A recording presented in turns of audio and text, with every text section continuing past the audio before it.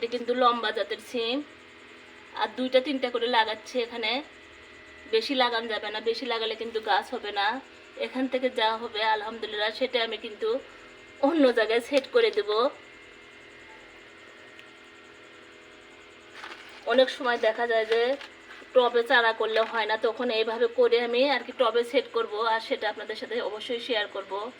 বিসমিল্লাহ বলে করে দিলাম, আর যেহেতু আমার অনেক অনেক জায়গা সেটাও বললাম। আর এখানে কি লাগাই দেখেন,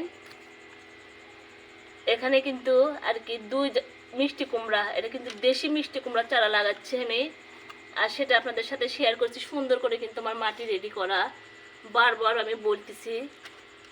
এই দেখেন বিসমিল্লাহ, এগুলো আর কি আমি ছাদ বাগানে 2-1টা লাগাবো, আর আমার বাসার সামনে, যেহেতু বাসার সামনে অনেক জায়গা, সেখানে লাগাবো। আর এইভাবে লাগাবেন, অনেক অনেক ভালো হয় গাছ। আর এ কয়টা এখানে লাগালাম, এখান থেকে যদি 2-4টে যায় হয় আলহামদুলিল্লাহ। সব বীজ থেকে যে চারা হয় তা কিন্তু একদম না, সবগুলোতে আমি লাগাই ফেলে দিছি।